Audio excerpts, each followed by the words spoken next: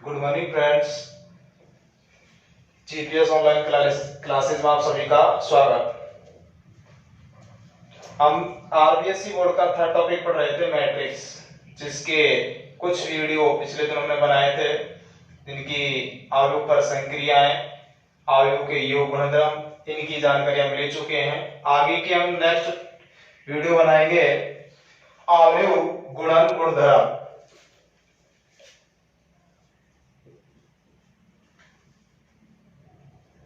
आयु गुणन गुणधर्म। आयु गुणन गुणधर्म, इसके अंतर्गत भी काफी सारे गुणधर्म आते हैं, जैसे योग गुणधर्म है,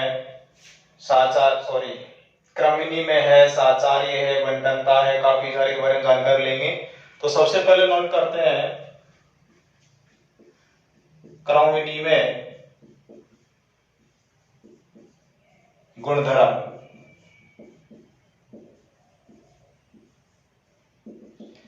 क्रमिनी में गुणधर्म, जैसा कि पिछले वीडियो में बताया था, योग गुणधर्म में यदि दो आयु ए व बी समान क्रम के हो तो इस प्रकार के आयु को हम क्या कहेंगे?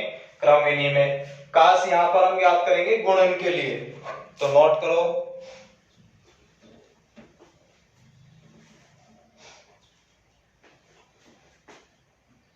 दो समान क्रम के आयु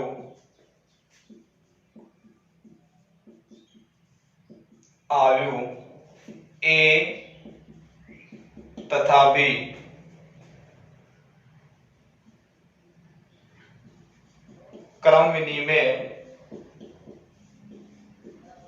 क्रमिनी में गुणधर्म का पालन नहीं करते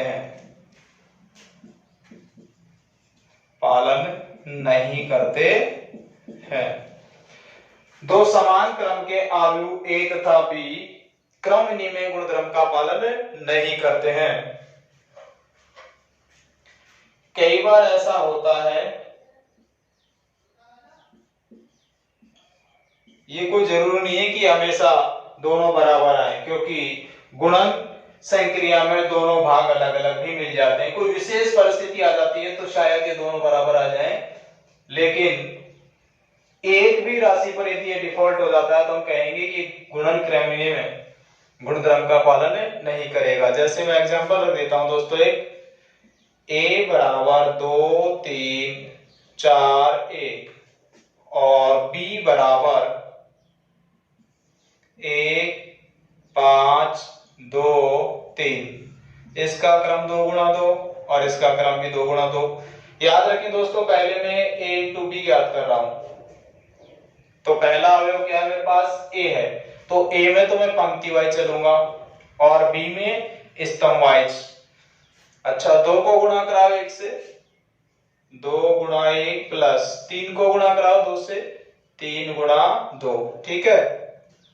उसके बाद ये वाली पंक्ति को ये वाले स्तंभ से गुणा कराओ, 2 गुणा 5 प्लस 3 गुणा 3, ठीक। सेकंड पंक्ति को गुणा कराओ, 4 गुणा 1 प्लस 4 गुणा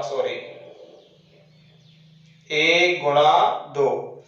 उसके बाद 4 गुणा 5 प्लस 3 गुणा 1, इसका क्रम भी 2 गुणा 2 निकल के आया। फाइनल हल करेंगे, 2 एकम 2, 3 दूनी 6, 6 और 2 8, 3 तिया 9 और 5 दूनी 10, 10 और 9 हो गए 19। नेक्स्ट है 4 एकम 4, 4 2 कितने हो गए? 6 भाई, 2 एकम 2, 4 एकम 4, 4 पंजे 20 और 3 कम 3, 20 और 3 23। ये तो आया दोस्तों ए बी क्रम। अब मैं याद करूंगा इसका बी क्रम, तो पहले मुझे क्या करना होगा? बी का क्रम पहले लिखना होगा, ठीक। ये बी हो गया और ए का क्रम बाद में लिखूंगा, ठीक है। अब मुझे इसमें तो कम टी चल रहा है, इसमें स्तंभ x, क्यों? क्योंकि पहली राशि क्या है मेरे पास? b है। अच्छा, गुणा करो तो 1 गुणा 2 प्लस 5 गुणा 4, 1 को 2 से गुणा कराया, 5 को 4 से, 1 गुणा 3 प्लस 5 गुणा 1, ठीक है। 2 को 2 से, 2 गुणा 2 प्लस 3 गुणा 4, 2 गुणा 3 प्लस 3 गुणा 1। गणना कर दो इसकी, 2 एकम 2 और 5 के 20, 20 और 2 कितने हो गए? 22। 3 एकम 3, 5 एकम 5, 5 और 3 8, 2 दूनी 4 और 4 तिया 12, 12 और 4 16, 3 दूनी 6 और 3 यानी कितने हो गए? 9। हम देख रहे हैं दोस्तों, वहां पर आया था ए बी का मान 8, 19, 6, 23 और इधर आया 22, 8, 16, 9। तो आप कहोगे कि A B is not equal to B A, इसलिए क्रमनी में गुणधर्म है, उसमें गुणन संक्रिया का पालन हमेशा नहीं होता। लिख दो।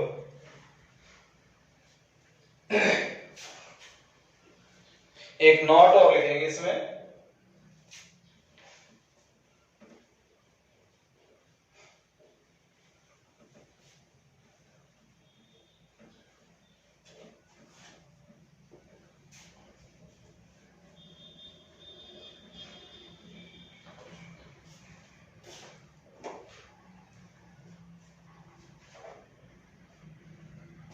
नोट डार्क लिखोगे,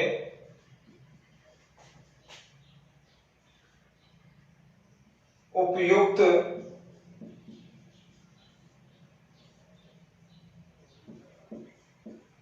स्थिति से यह निष्कर्ष निकलता है,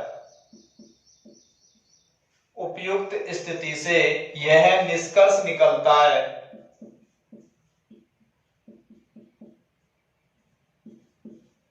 कि ए बी बराबर नहीं हो बी ए के, लेकिन यह हमेशा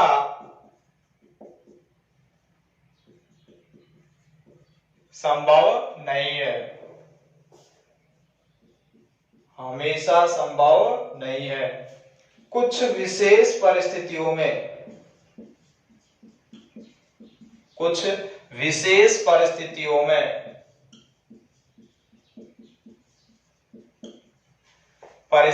में ए इंटू बी बराबर होता है बी इंटू ए के होता है, ठीक है। नेक्स्ट जानकारी लेंगे हम साचार्यता, सेकंड भाग है इसका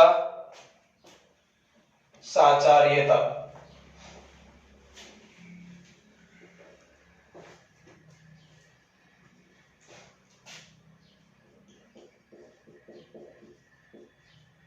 साचार्यता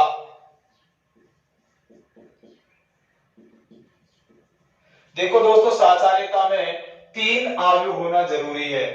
तो आप लिखोगे यदि आयु ए बी तथा सी आवश्यक गुणन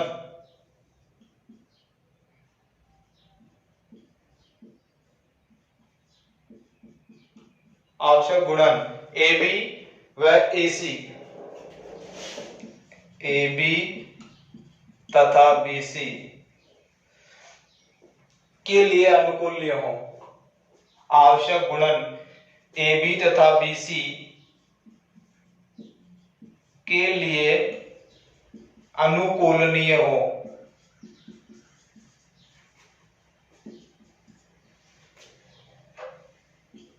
तो साचर्यता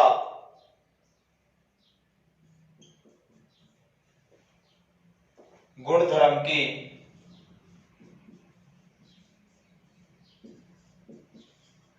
पालना होती है वो कैसे होगी? ए बी सी बराबर ए बी सी। ठीक है। अब दिक्कत ये आती है कि ए कॉमा बी तथा सी आवश्यक गुणन के लिए क्या जरूरी है? गुणन के लिए मैंने बताया था जैसे ए और बी दोनों को गुणा कराना है तो ए के तो स्तंभों की संख्या और बी के पंक्तियों की संख्या बराबर होना जरूरी है। इसी प्रकार बी के स्तंभों की संख्या और सी की पंक्तियों की संख्या बराबर होना जरूरी है। मैं 3 आलू रख देता हूं जिसमें समान क्रम के हैं, 1 0 0 2। ठीक। दूसरा रख दिया 1 1 2 3 और सी रख दिया 0 1 2 4। 3 आलू रख दिए। अब आप देख रहे हो इसका क्रम भी 2 गुणा 2 और इसका क्रम भी 2 गुणा 2, सी का क्रम भी 2 गुणा 2। तो पहले मुझे ये वाला भाग याद करना है एलएचएस।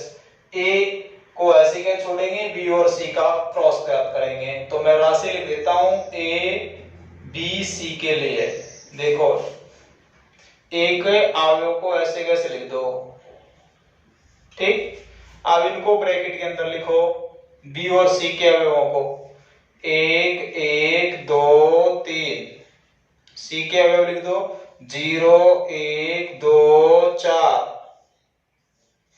मल्टीप्लाई कराते जाओ और ये राशि को ऐसे कैसे यहां लिखते जाओ 0 2। इसमें तो हम पंक्ति वाइज चलेंगे, इसमें स्तंभ वाइज। 1 को 0 से गुणा कराएंगे तो क्या आएगा 0 और 1 को 2 से गुणा कराएंगे तो क्या आएगा 2। 2 में 0 को जोड़ देंगे दोस्तों तो क्या आएगा 2। 1 को 1 से गुणा कराया 1, 1 को 4 से गुणा कराया 5, सॉरी 4, 4 और 1 कितना आया 5। 2 को 0 से गुणा कराओ 0, 3 को 2 से गुणा कराया 6, 6 को 0 में जोड़ोगे तो 6 आएगा। 2 को 1 से गुणा कराओ 1, 3 गुणा 4 कराया 12, 12 और 2 कितने आए 14। अगले स्टेप में मैं लिख देता हूं इसका फाइनल गुणन। यह आया दोस्तों 1 को 2 से गुणा कराओ 2, 0 को 6 से गुणा कराओ 0 आएगा। यानी इसमें तो पंक्ति वाइज चलेंगे, इसमें स्तंभ वाइज। इसी प्रकार इसमें स्तंभ वाइज चले, पंक्ति वाइज चले थे हम। 1 इंटू 0 1 इंटू 2 2 लिख दिया, 1 इंटू 1 1 इंटू 4 लिख दिया, 2 0 3 दूनी 6 लिख दिया, 2 एकम 2 3 चौके 12 14 लिख दिया। इसी प्रकार इनको गुणा कराएंगे। 1 गुणा 2 किया था 2 आया, लेकिन 0 गुणा 6 करेंगे तो 0 आया। 1 गुणा 5 करो 5 आएगा, लेकिन 0 गुणा 14 करेंगे तो 0 आएगा। 0 गुणा 2 0, 2 गुणा 6 12, 0 गुणा 5 0 और 14 दूनी 28। ये आया इसका मान 2 5 12 14। अब मैं इसको यहां से ही मिटा रहा हूं ब्रैकेट को केवल।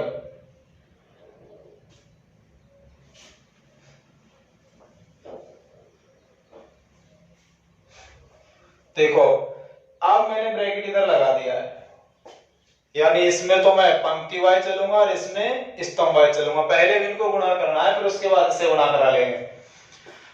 गुणा कराओ, 1 को 1 से गुणा कराया 1, इसको 0 से गुणा कराएंगे तो 0 आएगा। 1 को 1 से गुणा कराओ,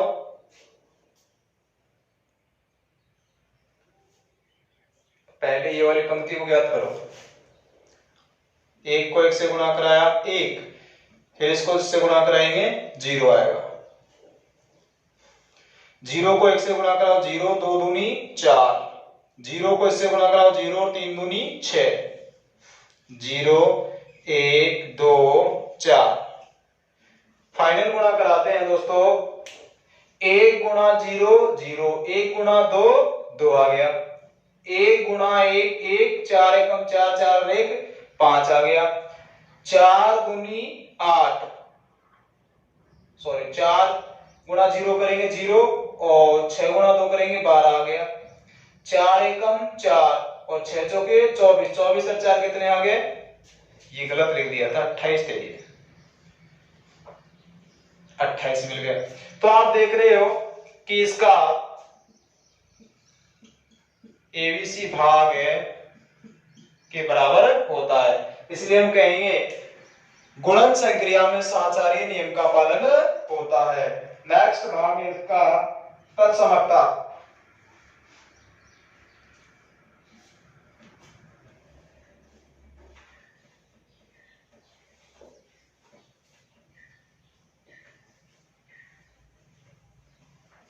तत्समकता तीसरा भाग लिखोगे।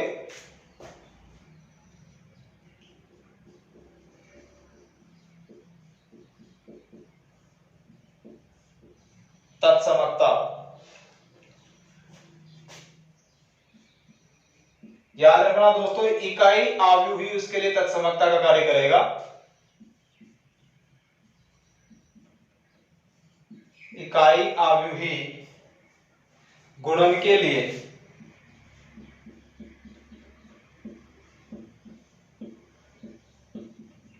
इकाई आव्यूही गुणन के लिए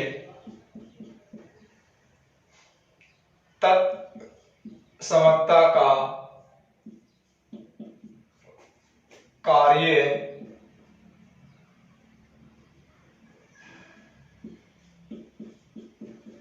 करता है।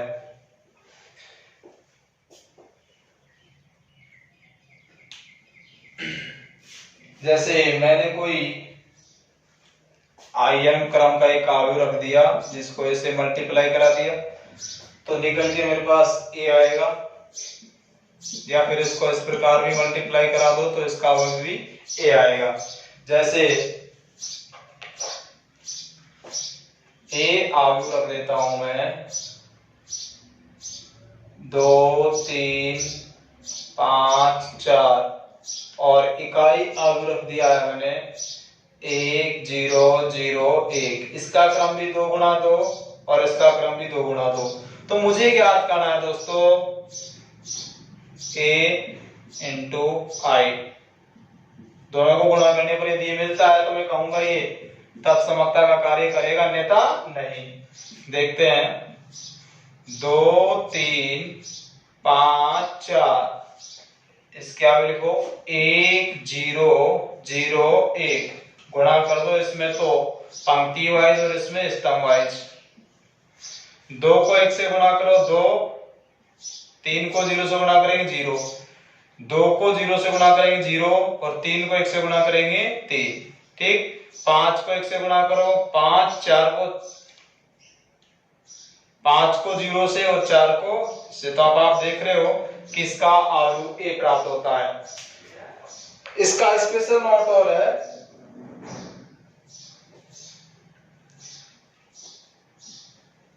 नोट डाल के लिखेंगे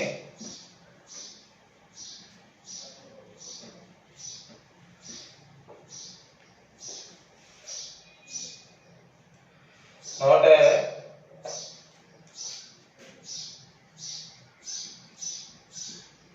खैर नोट की कोई खास आवश्यकता नहीं है, लेकिन फिर भी बता देता हूं। किसी वर्ग आव्यूह ए के लिए उसी क्रम का इकाई आव्यूह तत्समक आव्यूह का कार्य करता है, ये नोट है इसका। नेक्स्ट है बंटनता। चौथा टाइप लिखो आप तो,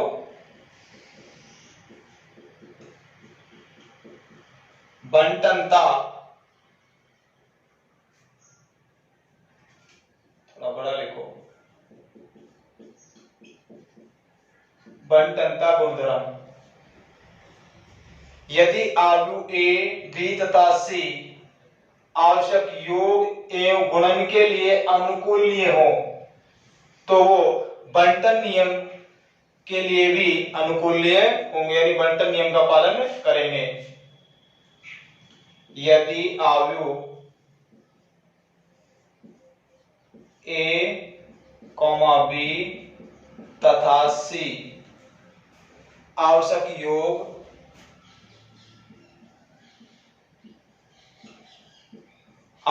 योग व गुणन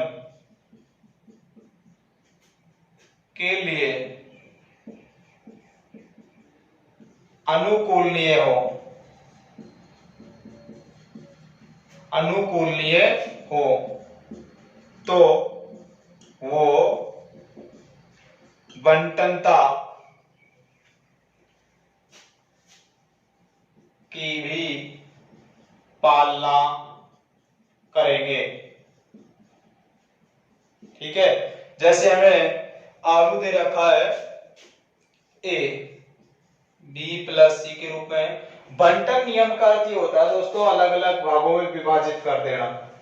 जैसे ये राशि है तो इसके साथ ही बढ़ जाएगी, रियल राशि इसके साथ में ही। ए को बी के साथ बांट दो ए बी, ए को ए के साथ बांट दो ए सी, ये हो गया बंटन नियम। एक राशि और आपके पास, इसको इस प्रकार भी लिखा जा सकता है। अब यहां पर सी है वो दोनों जगह बढ़ जाएगा, ए सी प्लस बी सी, ये हो गया आपका बंटन नियम।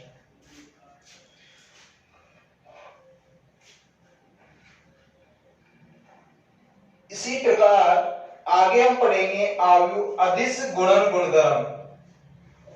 इसे मिटा देता हूं।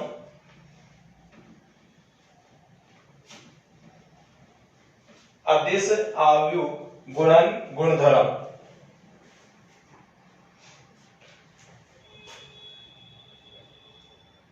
अगला टाइप है दोस्तों